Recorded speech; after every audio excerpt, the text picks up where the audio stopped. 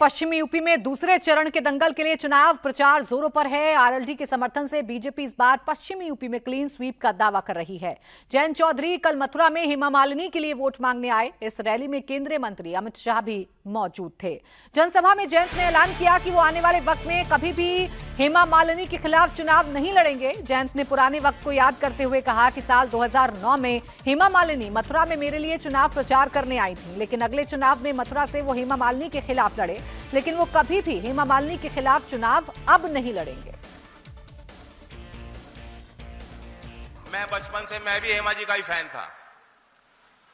फिर हेमा जी 2009 में मेरे चुनाव प्रचार में आई। मुझे नहीं मालूम था फिर हम आमने सामने चुनाव लड़ लेंगे। अगला चुनाव आमने सामने लड़ गए। 15 साल हो गए।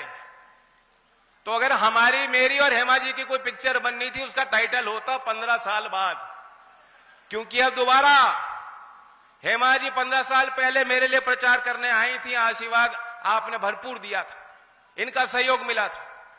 आज 15 साल बाद मैं इनके लिए मांगने आया हूं, तो मेरे इस उम्मीद पे आपको खड़ा रहना है। हेमा जी, हम और आप कभी आमने सामने अब चुनाव नहीं लड़ेंगे। ये भी तय हो गया। इस बार मैं इनके लिए आ रहा हूं, हो सकता है अगली बार कभी मैं लोकसभा लड़ूं तो आप मेरे लिए प्रचार करने जरूर आओगे। ये भी वादा आपसे लेता हूं। मथुरा में जयंत चौधरी बीते 15 सालों को याद कर रहे हैं। दरअसल यहां से बीजेपी ने तीसरी बार हेमा मालिनी को चुनावी मैदान में उतारा है। 2009 के लोकसभा चुनाव में जयंत मथुरा से आरएलडी उम्मीदवार थे और चुनाव जीतकर संसद पहुंचे थे।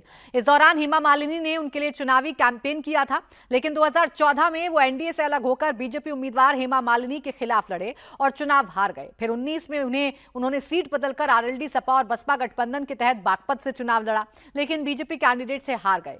वहीं हेमा मालिनी ने 2019 में भी मथुरा सीट से जीत हासिल की थी और अब एक बार फिर वो यहां से चुनावी मैदान में हैं।